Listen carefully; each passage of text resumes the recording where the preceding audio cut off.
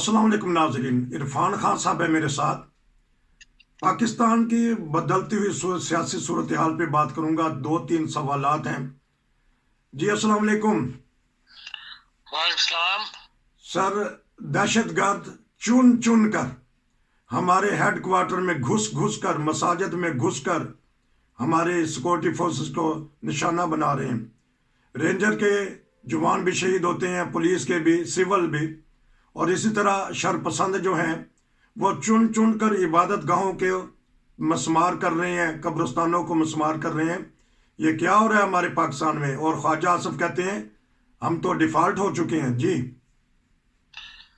देखिए, डिफॉल्ट जो है वो और मायनों में है, वो माशी तौर पे है, फाइनेंस के तौर पे है। ये तो मसला सिक्योरिटी का है। जो तहरीके तालिबान पाकिस्तान ने कहा था कि हम आप पर हमले करेंगे, हमारा मुआहदा नहीं हो सका। जो जंग बंदी थी वो खत्म करने बकायदा ऐलान किया कि आज तारीख से जंग बंदी खत्म है, और उसके बाद उन्होंने कहा कि हम हमले करेंगे।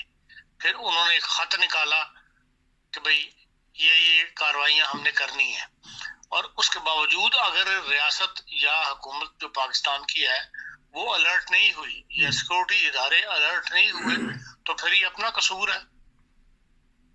वो उनकी तो चाल ही है या उनका तरीका ही है, तरीके तालिबान का, कि वो पाकिस्तान को कमजोर करना चाहते हैं, जायज सिक्योरिटी फोर्स पर हमला करना चाहते हैं ताकि मुल्क को कमजोर कर सके और अपनी हुकूमत कायम कर सके। जिस तरह के अफगानिस्तान के अंदर तालिबान ने आखिर जीत ही लिया, अमेरिका जैसी ताकत को हरा दिया और अपनी हुकूमत कायम कर ली।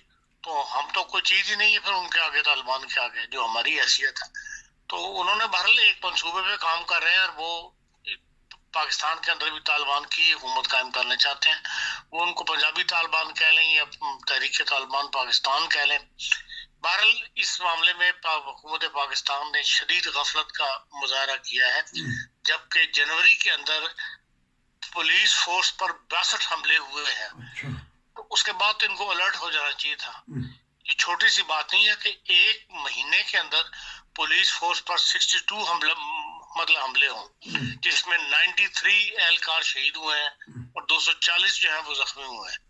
उसके बाद तो इनको पूरी कुव्वत के साथ अलर्ट हो जाना चाहिए था, पुलिस फोर्सेस को, तमाम सिक्योरिटी एजेंसीज को। लेकिन उसके बावजूद जो वाकया हुआ है उसमें आप देख लें, वही सिक्योरिटी लैंड है। तीनों चौकियां जो थी वो खाली थी, जहां पे पुलिस हिफाजत के लिए जो लोगों को एंट्री के लिए जो चौकियां बनाई गई उनको चेक किया जाए, वो तीनों खाली थी। फिर जो बैरूनी दीवार थी उसकी तार टूटी हुई थी, उसके ऊपर जो तार से लगा दी जाती है वो 2 जगह से टूटी हुई है। और इसका मतलब है कि जनवरी वाले वाकये के बाद इतना बड़ा पेशावर में वाकया हुआ, उसके बाद कोई अलर्ट नहीं हुआ। उनके रूटीन के 2-3 दिन बयान दिए, 2-3 दिन इंक्वायरी ही अफसोस का इजहार किया, पुलिस फोर्स ने अपने साथियों को दफनाया, और उसके बाद फिर कोई नॉर्मल जिंदगी शुरू हो गई। तो इस लिहाज से बड़ा एक खतरनाक है। 2022 में कहते हैं कि 118 पुलिस के जवान शहीद हुए थे, और अब जनवरी में सिर्फ एक महीने में जो है वो 93 शहीद हो गए। तो इसका मतलब है कि कार्रवाई तो बढ़ रही है और मजीद बढ़ रही है, जब उन्होंने कह दिया हुआ। तो अभी तक हुकूमत पाकिस्तान जो है उस तौर पर तैयार नहीं है। हमसे ज्यादा बाहर के लोग अलर्ट है। अभी 2 दिन पहले रिपोर्ट आई है एक अमेरिकन थिंक टैंक की, जो पाकिस्तानी अखबारों में भी छाए हुए है। उर्दू अखबारों ने तो उसको छोटा सा छाया किया, कोई ऐसी अहमियत नहीं दी, लेकिन इंग्लिश अखबार ने बड़ी तफसील के साथ वो थिंक टैंक की रिपोर्ट छाया हुई है। वो कहते हैं कि तरीके जो तालिबान की हुकूमत है अफगानिस्तान में, वो बिल्कुल ही अपनी तर्ज की हुकूमत जो है वो चाहते हैं पाकिस्तान में, क्योंकि दुनिया में कोई उनको सपोर्ट नहीं कर रहा, कोई इनको रिकॉग्नाइज नहीं कर रहा।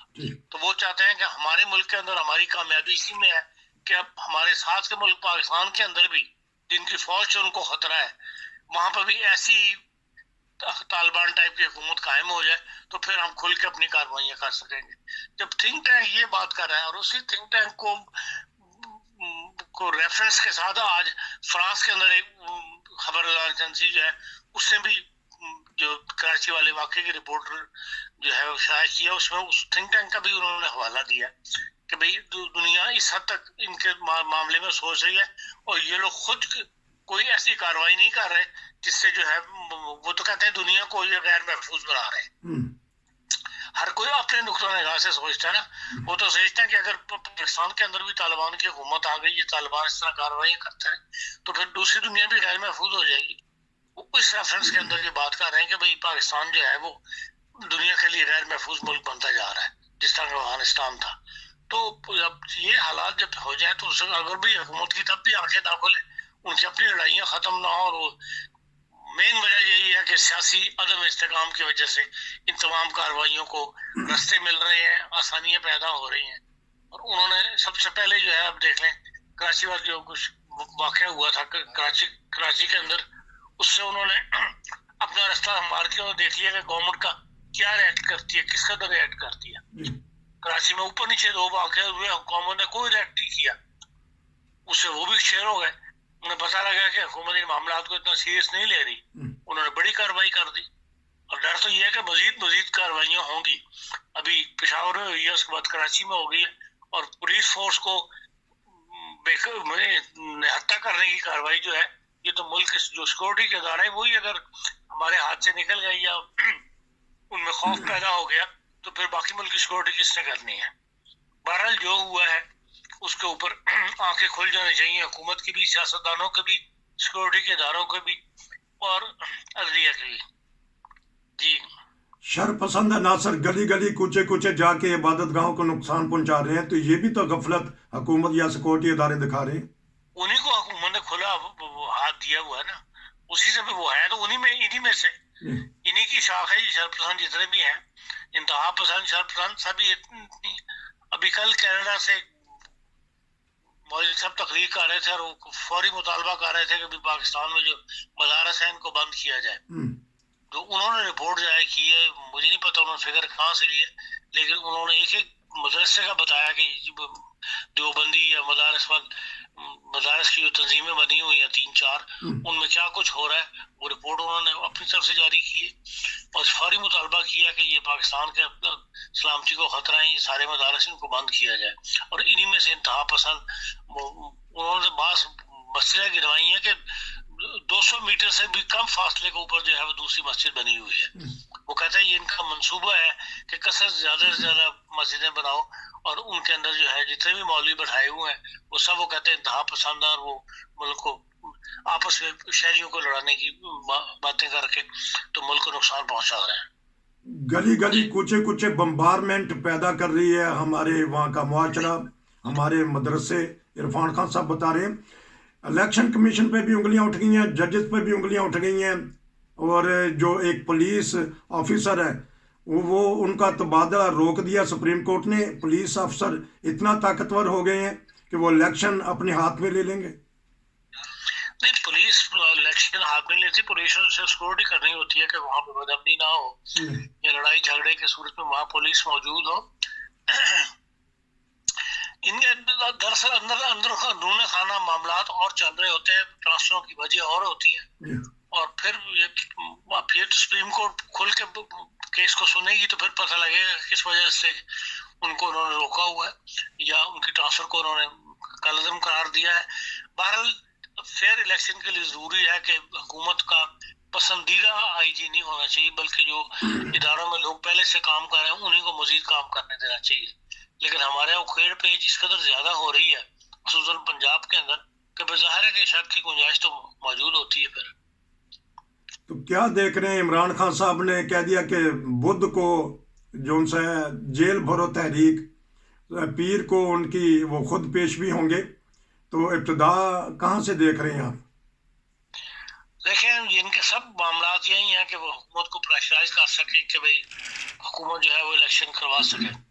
اور حکومت کے پاس 2 آپشن ہیں, مطلب 2 وجوہات کی بنا پہ وہ الیکشن سے کترا رہی ہے. ایک تو ان کو اپنی پاپولرٹی کا ہے کہ اس وقت ملک کے حالات ایسے ہیں کہ بھئی جس قدر مہنگائی ملک میں ہو گئی ہے اس میں ان کو کون ووٹ دے گا, اور دوسرا یہ ہے کہ ان کے پاس خود پیسے نہیں ہے کہ وہ الیکشن کمیشن کو پیسہ دے سکے کہ ہاں پہ الیکشن کروائیں. پاکستان کے پہلے الیکشن بھی ہے, اس میں بیرونی امداد شامل رہی ہے, جرمنی بھی ان میں شامل ہے, جو الیکشن کے لیے اخراجات ہوتے ہیں اس کے اندر وہ ان کی امداد کرتا ہے. مجھے یہ لگتا ہے کہ ابھی تک بیرونی امداد کی طرف سے کوئی ان کو ہنٹ نہیں مل رہا کہ آپ ہم बैरूनी इमदाद के तौर पर इलेक्शन कमीशन के लिए इलेक्शन करवाने के लिए पाकिस्तान पैसे देंगे। ना यूरोपीय यूनियन और ना ही जर्मनी की तरफ से अभी तक मैंने कोई ऐसा ऐलान पढ़ा है। मेन उसके अंदर बरतानिया होता है, जर्मनी होता है और यूरोपीय यूनियन मिलके एक रकम पाकिस्तान को देती है, तब पाकिस्तान में इलेक्शन होते हैं उसके अखराजात के लिए। और उसकी तरफ से अभी तक कोई ऐसी हिंट नहीं सामने आया। तो ये भी मुमकिन है कि हुकूमत इस वजह से भी इलेक्शन से कतरा रही हो कि उनके पास इलेक्शन करवाने के लिए ये बजट में पैसे ही नहीं है, तो कहाँ से इलेक्शन करवाएंगे। बहरहाल ये सारी वजूहात हैं जिनकी वजह से इलेक्शन दिन ब दिन लेट हो रहा है, और इमरान खान साहब जो है वो इन बातों पर गौर नहीं करते। वो तो अपनी जिद पे अड़ जाते हैं, जो उनका है कि भाई मैं इस वक्त पॉपुलर हूँ, इलेक्शन में होना चाहिए, तो वो निकल रहे हैं बाहर। अगर बुद्ध से तहरीक लेकर हैं तो मेन मकसद यही है कि वो प्रेशराइज करके तो इलेक्शन का ऐलान करवा दें। इलेक्शन के लिए पैसे नहीं है। ख्वाजा आसफ के बयान को किस तरह देख रहे हैं? तो लोग तो और डर जाएंगे। ख्वाजा आसफ ने सच बोल दिया, और क्या है, वो तो कब से दुनिया कह रही है कि आप डिफॉल्ट है, अक्टूबर से आपने पेमेंटें रोकी हुई हैं कर्जों की, तो फिर आप डिफॉल्ट तो है ही ऑलरेडी। और जो उनको नजर आ रहा है अंदर की बात, तो उनको पता, हमें तो नहीं पता कि भाई अब तक जो पैसा नहीं मिला और जो रुकावट नई से नई खड़ी हो रही है, हो सकता है उन्हें मायूसी हो कि भाई शायद पैसा नहीं मिल सकेगा, तो फिर इसलिए उन्होंने कह दिया कि हम डिफॉल्ट हैं। और ये सही बात है जो मैंने कही थी कि है हम डिफॉल्ट, हम डिफॉल्ट हो चुके हैं। इरफान खान साहब भी बताते रहते हैं कि कहाँ कहाँ हमारी गफलत हुई है। तो वजीर खारजा दौरे पे रहते हैं, आप उन कहते हैं कि कुछ ना कुछ तो लेने जाते हैं, उनका काम है जाना बाहर। तो हालात मुल्क की दुरुस्त नहीं है। वजीर आज़म तुर्की गए हुए थे, तो सिपा सलार भी दौरे पे गए। तो क्या देखते हैं एज ए सहाफ़ी कि इस वक्त सर जोड़ के बैठना चाहिए, और सदर साहब भी चाहते हैं कि किसी न किसी तरीके से मामले सुलझ जाएं? नहीं, हम तो कब से कह रहे हैं जब तक सर जोड़ के नहीं बैठेंगे उससे को मुल्क के हालात ठीक नहीं होंगे। इसके लिए तो काफी अर्से से बास कुव्वतें कह रही हैं, जिनमें हम भी शामिल हैं कि भाई जो हमारी नहीफ आवाज है उसकी कोई वैल्यू नहीं, लेकिन बाहर जो इंसान सोचता है वो कहने में हर्ज तो कोई नहीं। और हम भी कह रहे हैं कि सर जोड़ के बैठे, लेकिन अभी तक तो बज़ाहिर ये नजर आता है कि जो आपकी मुत्तहिदा पोजीशन थी, जो आज की मुत्तहिदा हुकूमत है, उन्हीं में इख्तलाफात इतने हैं कि वो सर जोड़ के नहीं बैठ रहे। तो फिर अपोजिशन ने कहाँ से आना है? अपोजिशन तो है ही एक इमरान खान साहब जो अलहदा चलने के कायल है। तो हालात बहरहाल दिन ब दिन मखलूश होते चले जा रहे हैं, और आने वाला वक्त जो है बड़ा ही कड़ा है पाकिस्तान के अवाम के लिए भी, हुकूमत के लिए भी। आने वाला जो वक्त है बहुत ही कड़ा है अवाम के लिए, हुकूमत के लिए। ये था आज का तबसरा। नाज़रीन, नसीर को इजाज़त दीजिए। अस्सलाम वालेकुम। आपका बहुत शुक्रिया जी।